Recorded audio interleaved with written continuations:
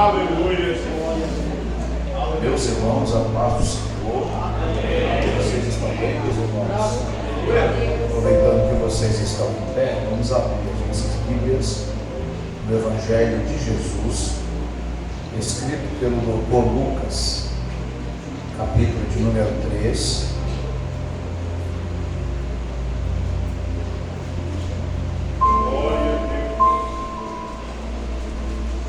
Vamos ler 3 versículos, 21, 22 e o 23.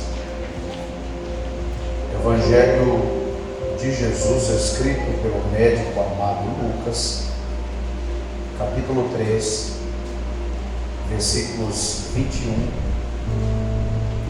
22 e 23. Os irmãos acharam? E aconteceu que, como todo o povo se batizava, sendo batizado também Jesus, orando ele, o céu se abriu, e o Espírito Santo desceu sobre ele em forma corpórea, como uma pomba, e ouviu-se uma voz do céu que dizia: Tu és meu filho amado, em ti me tenho comprazido. E o mesmo Jesus começava a ser de quase 30 anos quando começou o seu ministério. Amém? Podeis acertar, meus irmãos? Queridos, é muita alegria estar aqui com vocês mais uma vez, para juntos adorarmos o nome de Jesus, engrandecê-lo, pois somente Ele é digno de honra, de glória, de louvor e de adoração. Nós estamos aqui por causa de Jesus. Ele é o nosso alvo maior e a nossa razão sobejada de fé. Portanto, assemelhada à expressão do apóstolo Paulo, eu lhes digo nesta manhã: porque dele, e por ele, e para ele são todas as coisas. A ele, pois, a glória para todos sempre. Minha gratidão ao amigo pastor da igreja, pastor Alain. Muito obrigado, pastor, pelo convite, sua esposa, Deus abençoe. A todos os obreiros que compõem o ministério desta congregação, desse trabalho, deste campo, aos líderes dos jovens, da juventude, enfim, a toda a igreja do Senhor. Seja louvado o nome do Senhor abundantemente pela vida de vocês. Amém? Meus irmãos, esse ano, pela graça de Deus, nós publicamos 2 livros. O primeiro, graças a Deus, já foi esgotado, eu já vendi todos. Reflexões inspiradoras para a vida. Ao longo desses 25 anos de fé e pregando, o Senhor nos deu frases que são montadas, que foram montadas a partir da Bíblia de forma poética, de forma bíblica e filosófica. Para os irmãos entenderem, Isaías 55:6 diz: buscai o Senhor enquanto se pode achar, invocai-o enquanto ele está perto. Você vai perceber que nesse versículo aí, a palavra enquanto aparece 2 vezes. Nada na Bíblia é fruto do acaso. A palavra enquanto é um advérbio circunstancial de tempo, que indica um tempo que vai passar. Aí vem a frase: ache um tempo dentro do seu tempo, para ter um tempo com o dono do tempo. Ache o tempo dentro do seu tempo, para ter um tempo com o dono do tempo. Então é um livro que trabalha muito tanto a Bíblia quanto a filosofia, quanto a poesia. Por exemplo, Mateus 11:27, Jesus é o caminho alto que atinge o nível baixo dos pecadores. Ele desceu para me fazer subir. Ele morreu para me fazer viver. Então o livro trabalha literalmente. Desta vez, infelizmente, eu não tenho um livro impresso, mas eu ainda tenho ele, um livro digitalizado. Muita gente também tem procurado. Então, assim, se você quiser adquirir o livro digitalizado, eu envio para o seu e-mail ou para o seu WhatsApp, tá? Pastor, é muito caro? É não, R$20, só para te abençoar mesmo e também ser abençoado. E segundo nós publicamos esse livro, eu quero a sua atenção bem pouquinho, que eu já vou pregar, tá? Irmãos, quem passou aqui pela pandemia? Quem passou? Teve gente que ficou aí, né? Você ainda está aqui, irmão. Você passou, tá? Então, meu irmão, graças a Deus que você passou.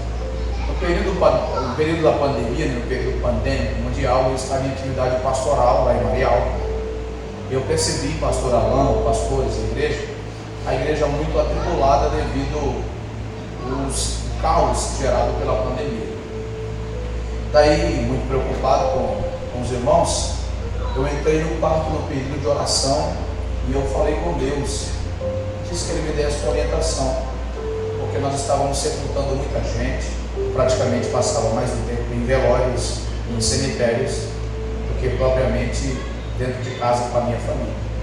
E quando eu fui para a oração, o Senhor me levou para o texto do Getsemane, onde Jesus passou umas dificuldades muito grandes.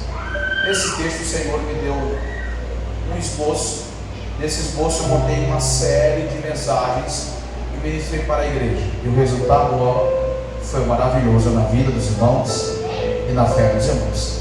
Aí então nasceu o livro, as lições que aprendemos com Jesus no Getsemane. Queridos, eu digo isso debaixo do sangue do Senhor e escondido também à sombra da cruz de Cristo. É um livro que vai mudar a sua perspectiva, é um livro que vai mudar a sua visão. Esse livro eu ensino desde a sua natureza, o Getsemane, até o que o Getsemane não teve condições de tirar de Jesus. Por exemplo, tem gente por aí que diz que Jesus não sofre as pressões que nós sofremos. Só para você ter uma ideia, Jesus teve depressão. Pastor, você está louco? Eu provo biblicamente, tá? Que Jesus teve uma espécie de depressão. A Bíblia diz que ele teve uma angústia de morte. Quando a gente fala em angústia, no português é uma coisa, mas a palavra angústia no grego é outra. A palavra angústia no grego é uma das 3 palavras utilizadas para dizer que Jesus teve uma pressão tão grande. Só para vocês se informarem, depressão, irmãos, é excesso de pressões do passado. Então Jesus sofreu, pastor, como? Ele carregou todos os pecados da humanidade. A pressão que Jesus sofreu foi tamanha que Lucas 22:44 diz que o seu suor, as glândulas sudoríparas, elas se abriram e não jorrou apenas suor, mas jorrou sangue. Daí você entende que Jesus passou pelas pressões. Então, se você quiser aprender mais, ele passou por muitas coisas. Mas tem uma coisa que prendeu a minha atenção e eu já vou começar a ministração. No Getsemanes da vida, nós vamos viver com 3 tipos de pessoas. Quantos tipos? Quantos tipos? Consolador, o confidenciador e o traidor. O consolador é Deus, o confidenciador é um amigo e o traidor é Judas Iscariotes. O consolador traz o bálsamo, o confidenciador traz o ouvido e Judas, o traidor, traz o beijo. O consolador traz alegria, o confidenciador traz um alento e o dissimulador, o Judas, traz a traição. Eu pergunto para você, quem é você nesses dias? Você é um confidenciador que alguém pode contar com você? Ou você é um traidor que você pode levar o beijo dissimulador? Se você quiser aprender mais, tá? Eu vou estar ali depois do culto. Pastor, é muito caro? Não é. R$30 você vai estar adquirindo material para você aprender. Quem prega, tem mensagens aqui, irmãos, dentro do conteúdo para você pregar 4 ou 5 meses. Enfim, tanto é bom para aqueles que gostam de crescer, quanto para aqueles que gostam de exercer o ministério em nome de Jesus. Amém, meus irmãos? O almoço está pronto, então eu vou pregar até 1h30, amém? Olha aí, irmão, o povo vai, pastor. Queridos, eu estava em casa esses dias e eu estava conversando com Deus. Ontem à tarde nós estávamos nos programando, inclusive até eu brinquei com o pastor Alain, eu ia trazer a minha família. Infelizmente a minha esposa ela sofre de uma enfermidade terrível chamada fibromialgia. E ontem estava bastante atacada e eu resolvi não trazê-la para deixar em casa para descansar. Por mais que é bom estar com os irmãos, mas às vezes incomoda bastante, ela sente muitas dores no corpo, e às vezes não fica tão legal estar entre os irmãos com tantas dores, e para preservá-la, eu a deixei em casa, em nome de Jesus. Mas eu estava ontem conversando com Deus, pedindo-lhe uma palavra para ministrar o coração de vocês, hoje pela manhã e hoje à noite. E o Senhor me direcionou literalmente para o tema, para o texto que vocês estão trabalhando. Então eu quero a sua atenção, tá? Para que você compreenda literalmente aquilo que Deus deseja falar conosco. Os 4 evangelistas, Mateus, Marcos, Lucas e João, eles apresentam detalhes muito interessantes a respeito do ato batismal de Jesus, do batismo de Jesus. Mateus apresenta uma esfera interessante. Marcos, ele não detalha muita coisa, mas ele segue o padrão de Mateus. Lucas, ele já apresenta uns detalhes mais extravagantes do episódio. E João, ele apresenta apenas uma ideia que corrobora, tanto quanto Mateus, Marcos e Lucas. Portanto, os 4 evangelistas fizeram questão de apresentar o episódio que marcou o início do ministério público de Jesus. Por exemplo, esse texto inicialmente, ele nos apresenta 3 lições bem interessantes. Primeiro, a importância do batismo na vida do cristão. Veja que Jesus, mesmo não precisando se batizar, ele se batizou. Pastor, há uma discussão generalizada por que Jesus se batizou. É verdade, muitos teólogos tentam compreender literalmente por que Jesus se batizou, visto que o batismo tem uma finalidade. O batismo é para demonstração de arrependimento de pecados. Sim ou não? Sim. Jesus tinha pecado, irmãos? Não. Hebreus capítulo 4, versículo de número 15, diz que ele foi tentado em tudo, porém sem pecado. Por que Jesus não tinha pecado? Porque Jesus não tinha a natureza pecaminosa. Jesus tinha a natureza humana. Pastor, como assim? Para você entender, há uma diferença da natureza pecaminosa e a natureza humana. A natureza pecaminosa, nós temos ela porque nós somos herdados de Adão e Eva, que foram os nossos primeiros pais. E tanto Adão quanto Eva pecaram. Por isso, eles passaram a ter concupiscências. Lembra da expressão joanina, que diz que no mundo há concupiscência da carne, concupiscência dos olhos e soberba da vida? Pois é, tudo isso é proveniente do pecado, e o pecado gera a pecaminosidade. Portanto, todas as crianças que vêm ao mundo, dobre atenção, elas não vêm com pecado, elas vêm do pecado. Elas foram originadas do pecado. Primeiros pais, Adão e Eva, e os segundos pais, os pais que a geraram. Jesus então não tem natureza pecaminosa. Por quê? Porque Jesus nasceu de uma maneira totalmente extraordinária. Qual? Jesus tem 2 naturezas, humana e divina. Na humana ele tem mãe, mas não tem pai. Na divina ele tem pai, mas não tem mãe. Por isso que Paulo chama de o mistério da piedade. Deu para entender? Na natureza divina ele tem pai, mas não tem mãe. Na natureza humana ele tem mãe, mas ele não tem pai. Dá para explicar isso, pastor? Não dá. É o que Paulo chama de o mistério segredo da piedade. Então, meus irmãos, por que Jesus se batizou se ele não tinha pecados? Mateus explica, muita gente bate a cabeça com isso.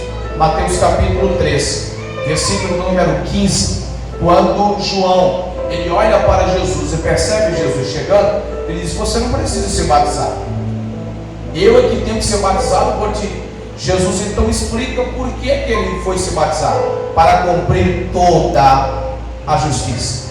A palavra justiça está estritamente ligada aos preceitos de Deus no Antigo Testamento, que foram estabelecidos para que todo o pacto da graça se tornasse compreensível. Então Jesus não se batizou porque ele tinha alguma deficiência na sua vida. ou seja, deficiência no termo do pecado. Jesus então se batizou exatamente para cumprir toda a vontade de Deus. Por isso então que ele nos deixou o exemplo de se batizar. Então vejam, meus irmãos, que esse texto marca a importância do batismo na vida do cristão. Segundo, esse texto marca o início do ministério público de Jesus, não do seu ministério atual, não do seu ministério extraordinário, mas do seu ministério público. O texto que eu li explica no versículo 23 que com 30 anos após este fato, Jesus então começou o seu ministério. Terceiro, esse texto marca alguns encontros. Esse texto marca o que, meus irmãos? Alguns o que, irmãos? Por exemplo, esse texto marca aí pelo menos 3 encontros. Nós temos o encontro da natureza humana, pecaminosa e divina. A natureza humana de Jesus, a natureza pecaminosa de João e a natureza divina tanto de Jesus quanto do próprio Deus. Esse texto marca o encontro de 3 elementos da natureza. Quantos elementos? 3. A água do Jordão, a terra onde ele estava e os céus que se abriram. Esse texto marca o encontro da Trindade, Pai, Filho e Espírito Santo. Ou seja, o Filho ora, o Espírito desce e o Pai fala: esse é o meu Filho em que minha alma tem prazer. Então, diante disso, meus irmãos, eu ainda quero apresentar para vocês uma tríade que esse texto ainda nos ensina. Por exemplo, nós temos o batizador, o batizado e o lugar do batismo. Vou repetir: o batizador, o batizado e o lugar do batismo. Quem é o batizador? João o Batista. Quem é o batizado?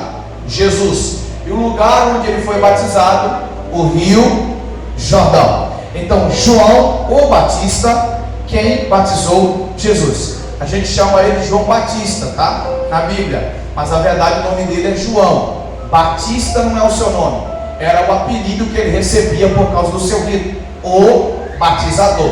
Porque Batista vem de batismo, batismo vem de batizar. Então ele era conhecido como João o Batista, porque a sua função, o seu rito era batizar. Então, desde que entendemos essas verdades iniciais, eu quero apresentar para vocês algumas facetas de que aconteceram com Jesus para que o seu ministério fosse extraordinário, a ponto de Deus olhar para ele, chamá-lo de filho e dizer: a minha alma tem prazer em vocês. Até aqui todo mundo entendeu, sim ou não? Sim. Então vamos lá, queridos.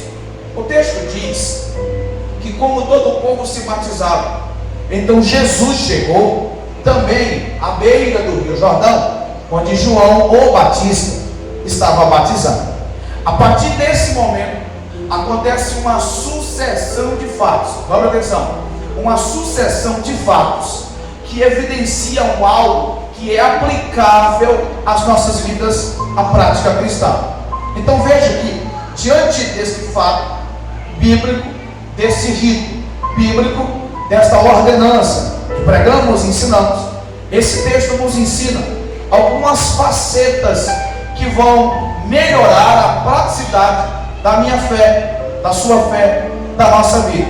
Portanto, então vamos lá. Veja só, diz o texto que quando João emerge Jesus na água, a Bíblia diz então que quando ele sai da água, a expressão de Mateus é essa, o texto diz que os céus se abrem. Mas veja que para os céus se abrirem, Lucas explica por que o céu se abriu. Porque teve uma ação. Qual foi a ação, pastor? Versículo 21. E sendo Jesus batizado também, orando ele, o céu se abriu.